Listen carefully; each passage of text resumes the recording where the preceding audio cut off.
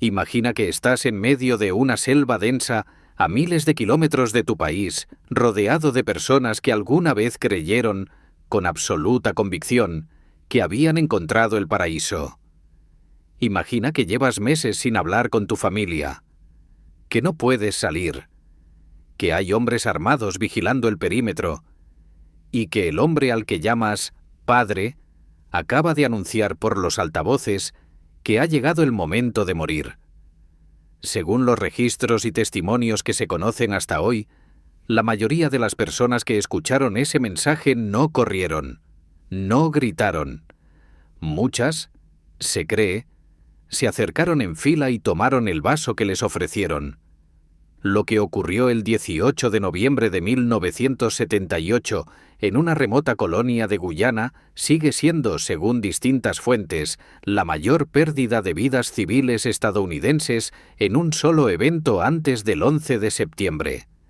Y, sin embargo, hay detalles de esa noche que todavía no se han explicado del todo. Esta es la historia de Jim Jones, del Templo del Pueblo, y de las más de 900 personas que murieron en Jonestown. Para entender cómo termina esta historia, hay que entender cómo empieza. Y empieza, como tantas tragedias de este tipo, no con violencia ni con locura evidente, sino con algo mucho más difícil de resistir: esperanza. James Warren Jones nació el 13 de mayo de 1931 en Crete, Indiana, una pequeña localidad del medio oeste estadounidense. Según distintos relatos biográficos, desde niño mostró una fascinación inusual por la religión, la muerte y el poder. Se cree que a corta edad organizaba ceremonias funerarias para animales muertos en su vecindario, y que ya entonces tenía una capacidad poco común para hablar en público, para captar la atención de quienes lo rodeaban y para hacer que la gente sintiera que lo que él decía era diferente a todo lo que habían escuchado antes. A mediados de la década de 1950, Jones comenzó a predicar en Indianápolis. Lo que hacía era, en apariencia, algo genuinamente radical para su época. Fundó una iglesia que integraba a personas negras y blancas en los mismos bancos, en una ciudad profundamente segregada. Esto no era un detalle menor. En los años 50, en una parte importante del sur y el centro de Estados Unidos, sentarse junto a una persona de otra raza en un espacio religioso podía ser motivo de escándalo, de amenazas, de violencia. Jones lo hacía de forma abierta, y eso le ganó algo que muy pocos predicadores de su generación lograron: la lealtad profunda de comunidades negras que habían sido ignoradas, explotadas o directamente perseguidas por las instituciones a su alrededor. Según los registros históricos disponibles, la iglesia que fundó, el Templo del Pueblo, creció rápidamente. Jones predicaba un mensaje que mezclaba el evangelio cristiano con ideas del socialismo, la justicia racial y, con el tiempo, con algo que algunos estudiosos describen como una visión apocalíptica del mundo. Hablaba de un sistema corrupto que oprimía a los pobres. Hablaba de una hermandad que podía construirse fuera de ese sistema. Y hablaba de sí mismo como alguien capaz de curar enfermos, de resucitar muertos, de conectar con fuerzas que los hombres comunes no podían comprender. Las supuestas curaciones eran, según varios testimonios posteriores de exmiembros, en gran medida teatrales. Se cree que Jones tenía asistentes que fingían enfermedades para luego recuperarse ante la congregación. Algunas versiones indican que usaba información obtenida previamente sobre los feligreses para simular revelaciones divinas. Sin embargo, para quienes estaban dentro, para quienes habían llegado al templo buscando algo, comunidad, propósito, justicia, lo que veían parecía real. Y eso era todo lo que importaba. Durante los años 60 y 70, el Templo del Pueblo se trasladó a California. Jones estableció sedes en San Francisco y Los Ángeles, y la congregación creció hasta incluir varios miles de miembros. Algunos eran personas de clase trabajadora, Muchos eran negros, otros eran jóvenes idealistas que habían pasado por los movimientos de derechos civiles y contra la guerra de Vietnam. La oferta del templo era clara. Aquí somos iguales, aquí nos cuidamos, aquí construimos algo diferente. Pero dentro de esa estructura, según los testimonios de quienes lograron salir, algo muy distinto estaba ocurriendo. Existen interpretaciones que sugieren que el control que Jones ejercía sobre sus seguidores fue escalando de manera gradual, casi imperceptible. No ocurrió de un día para otro. Ocurrió en capas, en pasos pequeños, cada uno de los cuales resultaba tolerable en el contexto de todo lo que había venido antes. Según los relatos de ex-miembros, las reuniones del templo se hacían progresivamente más largas, más intensas, más demandantes. Jones convocaba a sus feligreses a sesiones nocturnas que podían durar horas. Los interrogaba en público sobre su lealtad, sobre sus dudas, sobre sus crímenes contra la comunidad. Quienes cuestionaban sus palabras podían ser humillados frente a todos. Algunas versiones indican que se usaban castigos físicos, que los miembros eran alentados a reportar a otros miembros, incluso a miembros de su propia familia, si expresaban dudas o deseos de irse. Al mismo tiempo, el templo controlaba progresivamente las finanzas de sus miembros. Se les pedía que donaran una parte significativa de sus ingresos. Algunos entregaron propiedades, ahorros, todo lo que tenían. Esto no era presentado como una exigencia, sino como un acto de fe, como una demostración de compromiso con la comunidad. Según distintos análisis sobre dinámicas de culto, este tipo de transferencia económica funciona también como una forma de dependencia. Quien ha entregado todo lo que tiene muy poco a dónde volver. Jones, mientras tanto, según los testimonios disponibles, comenzó a deteriorarse. Se cree que desarrolló una dependencia severa a varios tipos de medicamentos, incluyendo barbitúricos y estimulantes. Quienes lo conocían en esa época describieron un hombre cada vez más errático, más paranoico, menos coherente en privado que en público. Pero en el escenario, frente a sus seguidores, aún tenía la capacidad de transformarse.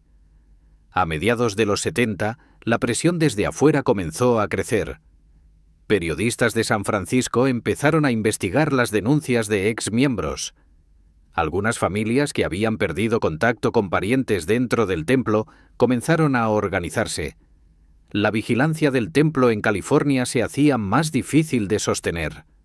Fue entonces cuando Jim Jones anunció que había llegado el momento de construir el paraíso que siempre había prometido, en la selva de Guyana.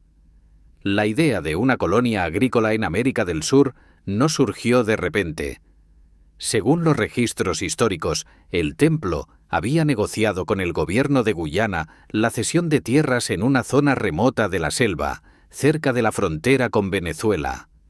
El proyecto fue presentado a los miembros como la culminación del proyecto, una comunidad autosuficiente, igualitaria, libre de la corrupción del sistema estadounidense. Una tierra sin racismo, sin explotación, sin los males que el templo llevaba años denunciando. Algunos miembros llegaron llenos de entusiasmo. Otros, según distintos testimonios, sintieron desde el principio que algo no estaba bien. Las condiciones físicas eran mucho más duras de lo que se les había descrito. El calor era extremo. Las enfermedades eran frecuentes. El trabajo era agotador. Y la comunicación con el exterior era prácticamente inexistente. Jonestown, como se llamó el asentamiento, estaba habitado por poco más de 900 personas en noviembre de 1978. La mayoría eran negros, muchos eran mujeres, niños y personas mayores. Los hombres armados que hacían guardia no estaban ahí, al menos no oficialmente, para impedir que la gente saliera. Pero, según los testimonios de los pocos que escaparon antes del final, la presión social, el miedo a las represalias y el control absoluto de Jones sobre la información hacían que marcharse fuera casi imposible. Jones se comunicaba con la comunidad principalmente a través de altavoces que cubrían todo el asentamiento. Hablaba durante horas, a veces de noche, interrumpiendo el sueño. Según algunos testimonios, en los últimos meses antes del final, sus discursos se habían vuelto más oscuros, más obsesivos, más centrados en la persecución, en los enemigos, en la muerte. Hablaba con frecuencia de algo que llamaba la Noche Blanca, un simulacro de suicidio colectivo que, según distintas versiones, la comunidad ya había practicado en varias ocasiones.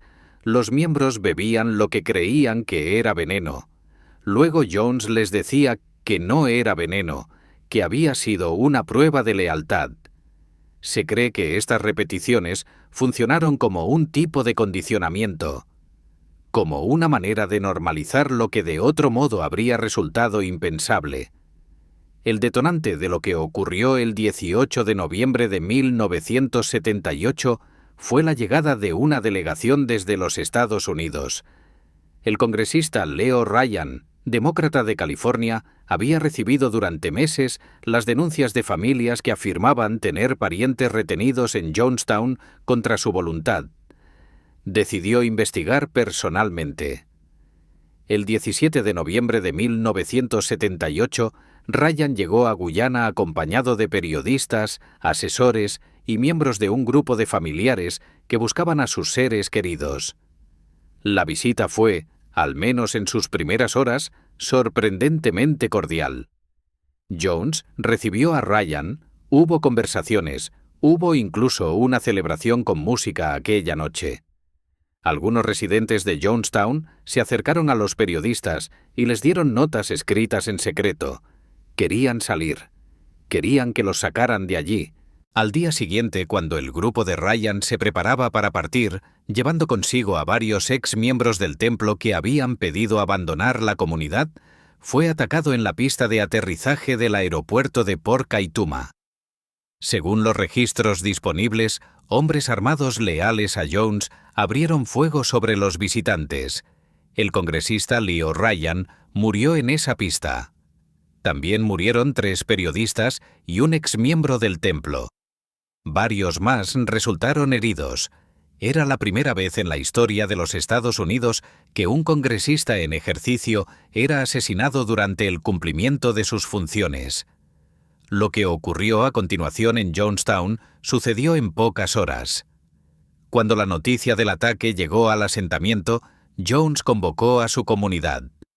Según los registros de audio que las autoridades encontraron posteriormente, una grabación que se conoce como la cinta de la muerte, Jones habló durante largo tiempo.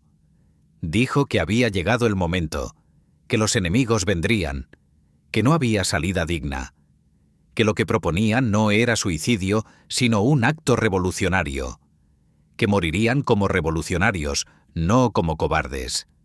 Esta grabación existe. Ha sido analizada, transcrita y debatida durante décadas. En ella se escuchan las voces de Jones, de sus asistentes, y también, esto es lo que resulta más perturbador para quienes la escuchan, las voces de miembros de la comunidad que se oponen. Una mujer, cuyo nombre era Christine Miller, discutió abiertamente con Jones durante varios minutos. Argumentó que había otras opciones, que podían ir a la Unión Soviética, a donde el templo había intentado trasladarse, que la gente quería vivir. La cinta recoge cómo otras voces la interrumpen, la contradicen, la presionan para que calle. Según las conclusiones forenses y los testimonios de los sobrevivientes, lo que ocurrió a continuación fue lo siguiente. Se preparó una ponchera grande con jugo de fruta mezclado con cianuro de potasio, junto con otros sedantes y tranquilizantes.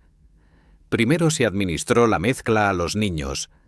Se cree que muchos de ellos fueron sujetados por adultos mientras se les daba la bebida con jeringas. Luego los adultos se acercaron. Algunos bebieron voluntariamente.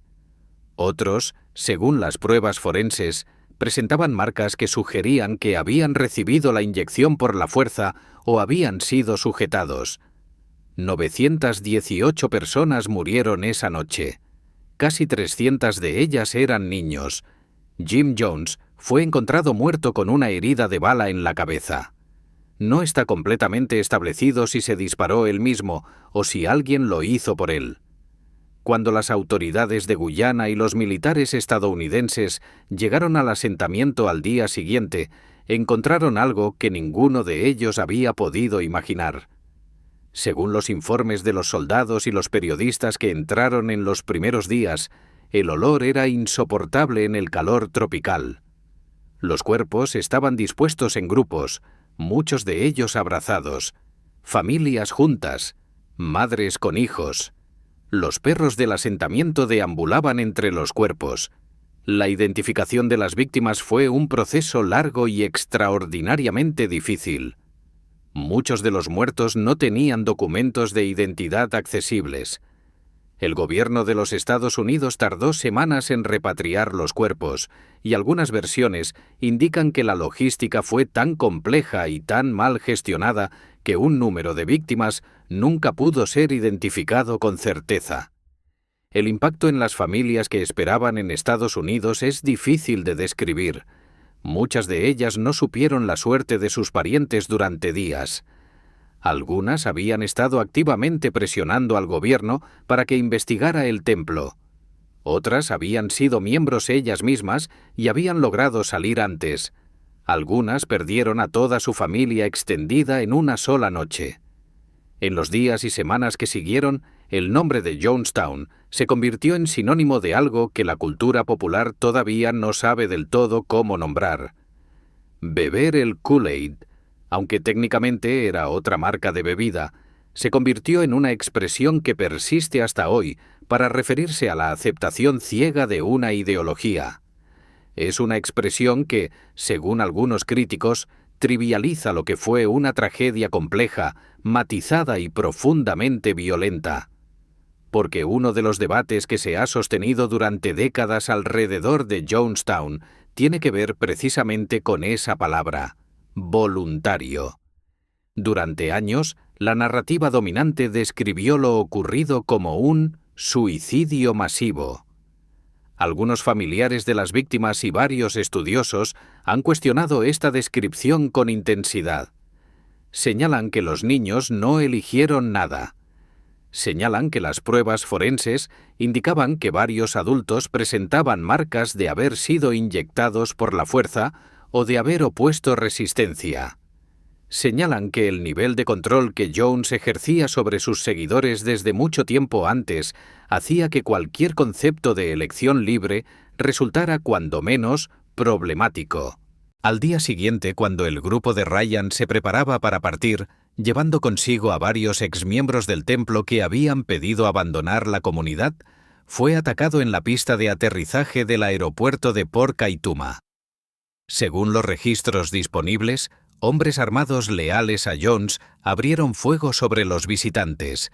El congresista Leo Ryan murió en esa pista. También murieron 3 periodistas y un exmiembro del templo. Varios más resultaron heridos. Era la primera vez en la historia de los Estados Unidos que un congresista en ejercicio era asesinado durante el cumplimiento de sus funciones. Lo que ocurrió a continuación en Jonestown sucedió en pocas horas. Cuando la noticia del ataque llegó al asentamiento, Jones convocó a su comunidad. Según los registros de audio que las autoridades encontraron posteriormente, una grabación que se conoce como la cinta de la muerte, Jones habló durante largo tiempo. Dijo que había llegado el momento, que los enemigos vendrían, que no había salida digna, que lo que proponían no era suicidio, sino un acto revolucionario, que morirían como revolucionarios, no como cobardes. Esta grabación existe. Ha sido analizada, transcrita y debatida durante décadas. En ella se escuchan las voces de Jones, de sus asistentes, y también, esto es lo que resulta más perturbador para quienes la escuchan, las voces de miembros de la comunidad que se oponen. Una mujer, cuyo nombre era Christine Miller, discutió abiertamente con Jones durante varios minutos. Argumentó que había otras opciones, que podían ir a la Unión Soviética, a donde el templo había intentado trasladarse. Que la gente quería vivir. La cinta recoge cómo otras voces la interrumpen, la contradicen, la presionan para que calle. Según las conclusiones forenses y los testimonios de los sobrevivientes, lo que ocurrió a continuación fue lo siguiente. Se preparó una ponchera grande con jugo de fruta mezclado con cianuro de potasio, junto con otros sedantes y tranquilizantes. Primero se administró la mezcla a los niños. Se cree que muchos de ellos fueron sujetados por adultos mientras se les daba la bebida con jeringas. Luego los adultos se acercaron. Algunos bebieron voluntariamente. Otros, según las pruebas forenses, presentaban marcas que sugerían que habían recibido la inyección por la fuerza o habían sido sujetados. 918 personas murieron esa noche. Casi 300 de ellas eran niños. Jim Jones fue encontrado muerto con una herida de bala en la cabeza. No está completamente establecido si se disparó él mismo o si alguien lo hizo por él. Cuando las autoridades de Guyana y los militares estadounidenses llegaron al asentamiento al día siguiente, encontraron algo que ninguno de ellos había podido imaginar. Según los informes de los soldados y los periodistas que entraron en los primeros días, el olor era insoportable en el calor tropical.